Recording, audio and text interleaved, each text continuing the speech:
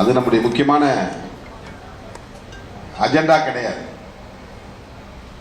ஆனா அதுல ரொம்ப தெளிவா இருக்கணும். அந்த அஜெண்டா நமக்கு வேண்டாம், அது செகண்டரி தான்னாலும் கூட நாம எலெக்ஷனை சந்திச்சாகணும், கூட்டணியில தொடர்ந்தாகணும் போது அதுலயும் நாம தெளிவா இருந்தாகணும். அதுக்கான ஒரு ஃபைட்டிங் தான் இப்ப நடந்துகிட்டு இருக்கு. அதுக்கான ஒரு சண்டை தான் இப்ப நடந்துகிட்டு இருக்கு.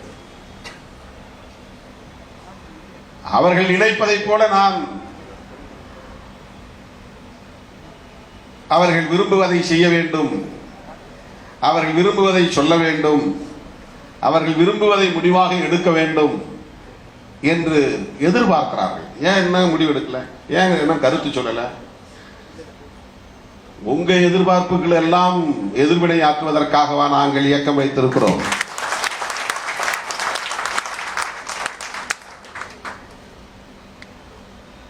நாங்கள் எங்கள் நிலைப்பாட்டில் உறுதியாக இருக்கிறோம், தெளிவாக இருக்கிறோம்.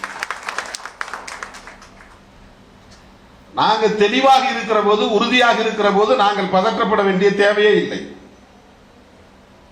எதை எந்த நேரத்தில் எப்படி அணுக வேண்டும் என்பது எங்களுக்கு தெரியும்.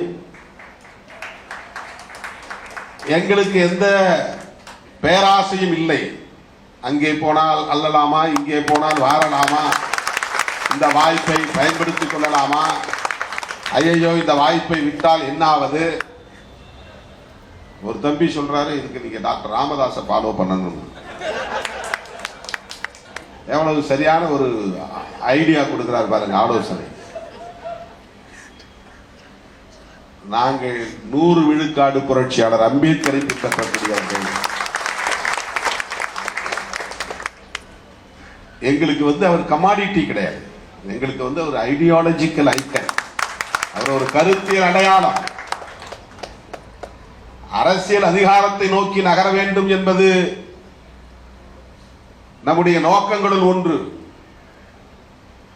அந்த அதிகாரம் எதற்கு பயன்பட வேண்டும் என்பது முக்கியமானது, யாருக்கு பயன்பட வேண்டும் என்பது முக்கியமானது, அந்த அதிகாரத்தின் மூலம் என்ன தாக்கத்தை ஏற்படுத்த முடியும் என்பது முக்கியமானது.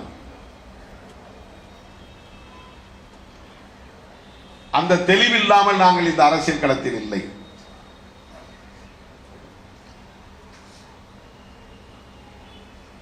விடுதலை சிறுத்தைகள் கட்சி அந்த தெளிவோடு தான் எல்லாவற்றையும் அணுகுகிறது என்பதை இன்றைக்கு பதிவு செய்ய வேண்டிய ஒரு நிலையில் நாம் இருக்கிறோம். தடுமாறுகிறார் திருமா என்கிறார்கள், பின்வாங்குகிறார் திருமா என்கிறார்கள். இதை நீங்கள் ஏதோ நடக்கிறது என்பதை போல குழம்பிவிடக் கூடாது என்பதற்காக சொல்லுகிறேன். தடுமாறுகிறார் என்று சொல்லுகிறவர்களுக்காக நான் பதில் சொல்லவில்லை. அதனால் உங்களுக்கு எந்த தடுமாற்றமும் ஏற்பட்டு விடக்கூடாது என்பதற்காக சொல்லுகிறேன். அந்த நம்பிக்கையை எப்போதும் நீங்கள் கொண்டிருக்க வேண்டும். நம்மை சமூக ரீதியாக அவர்கள் குறைத்து மதிப்பிடலாம், நம்மை பொருளாதார ரீதியாக அவர்கள் குறைத்து மதிப்பிடலாம், இன்னும் சொல்ல போனால் நம்மை அரசியல் ரீதியாகவும் கூட குறைத்து மதிப்பிடலாம். ஆனால் நம்முடைய சுயமரியாதையை எவனும் குறைத்து மதிப்பிட முடியாது. நம்முடைய தன்மானத்தை யாரும் குறைத்து மதிப்பிட முடியாது. நம்முடைய கருத்தியல் நிலைப்பாட்டில் கொண்டிருக்கிற உறுதிப்பாட்டை யாரும் குறைத்து மதிப்பிட முடியாது. அதை மதிப்பீடு செய்யக்கூடிய அளவுக்கு தகுதி பெற்றவர்கள் தமிழகத்தில் இல்லை. நாங்கள் எவ்வாறு கருத்தியல் களத்தில் தெளிவோடு இருக்கிறோம், துணிவோடு இருக்கிறோம், உறுதியோடு இருக்கிறோம் என்பதை ஒவ்வொரு முறையும் உறுதிப்படுத்த வேண்டிய தேவையில்லை.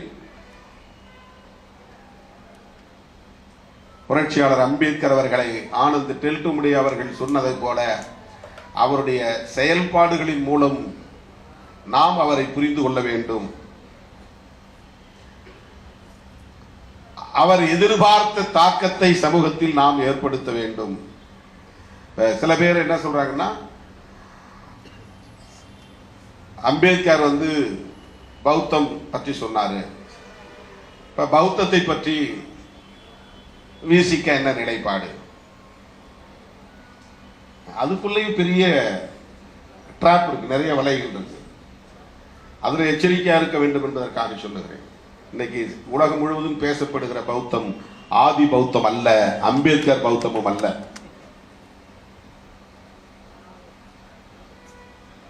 அதில் கவனமாக இருக்க வேண்டும். அதனால்தான் புரட்சியாளர் அம்பேத்கர் நவயானா என்கிற பெயரில் புத்தா அண்ட் ஹிஸ் தம்மா என்கிற ஒரு நூலை எழுத வேண்டிய தேவை எழுந்தது. இல்லைன்னா ஏற்கனவே நிறைய டெக்ஸ்ட் இருக்குல்ல, பௌத்தத்தை பற்றி நிறைய நூல்கள் இருக்கின்றன, அது போதும் எடுத்துக்கலாம் இல்லையா? இப்ப புதுசா ஒருத்தர் உருவாகி நான் புதிய பைபிள் எழுத போறேன்னு யாராவது கிறிஸ்டியானிட்டியில் எழுதுவாங்களா? ஏற்கனவே பைபிள் இருக்கு. புதுசா ஒருத்தர் நான் குர்ஆன் எழுத போறேன்னு யாராவது எழுதுவாங்களா? ஏற்கனவே குர்ஆன் இருக்கு. பௌத்தத்துக்கு ஏற்கனவே நிறைய ஸ்கிரிப்ட் இருக்கும்போது, டெக்ஸ்ட் இருக்கும்போது, அதற்கான தத்துவார்த்த நூல்கள் இருக்கிற போது ஏன் அம்பேத்கர் அவர்கள் புத்தா அண்ட் ஹிஸ் தம்மா என்று ஒரு புதிய நூலை எழுத வேண்டும்? அந்த நூலை எழுதி முடித்த 3வது நாள் உறக்கத்திலேயே அவர் இறந்து போனார். அந்த வயசுல அவ்வளவு உடல் நலிவுல எந்த அளவுக்கு அவருக்கு எழுத வேண்டும் என்கிற வெறி இருந்திருந்தால், எந்த அளவுக்கு அவருக்கு ஒரு உந்துதல் இருந்திருந்தால், நாம் சும்மா இந்த சமூகத்தை விட்டு போய்விடக் கூடாது, அவர்களுக்கு வழிகாட்டுவதற்கு ஒரு தத்துவார்த்த நூலை தந்துவிட்டு போக வேண்டும் என்கிற அந்த உறுதிப்பாட்டோடு அவர் இருந்திருக்கிறார். நமக்கு தலைவலிச்சுன்னா ஐயான்னு போய் முடங்கிடுறோம், சுருங்கிடுறோம், ஒரு அறிக்கை கூட எழுத முடியல நம்மால. ஆனா ஒரு நூல், அது என்ன, எப்படிப்பட்ட நூல்? ஏதோ சும்மா ஒரு ரெஸ்பாண்ட் பண்ணக்கூடிய ஒரு ரிஜாயிண்டர் இல்லை, ஒரு பிரச்சனைக்கு ஒரு பதில் சொல்லக்கூடிய அறிக்கை கிடையாது. நான் ஒரு விளக்கம் சொல்றேன். ஏன் எல்லோருக்குமான தலைவர் நூல் வெளியீட்டு விழாவில் என்னால் பங்கேற்க இயலவில்லை?